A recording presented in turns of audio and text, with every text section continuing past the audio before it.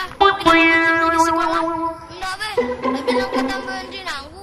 Cari uang dulu. Nanti kalau sudah banyak uang, baru kita sekolah.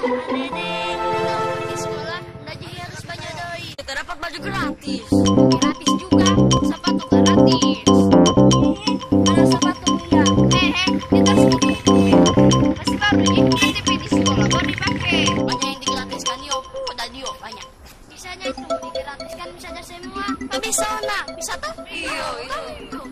Pak Guru. Iya, betul gitu.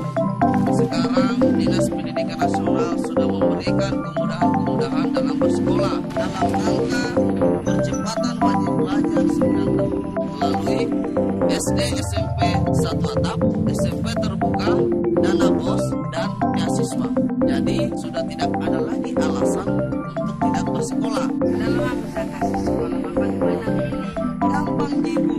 Kita langsung saja ke Dinas Pendidikan Nasional Provinsi Sulawesi Tenggara. Datang Ibu, tunggu dulu saya mengajar dulu. Saya ikut. Sumber daya manusia yang bermutu hanya dapat diwujudkan melalui upaya pendidikan. Mari sukseskan percepatan gerakan nasional penuntasan wajib belajar 9 tahun di Sulawesi Tenggara.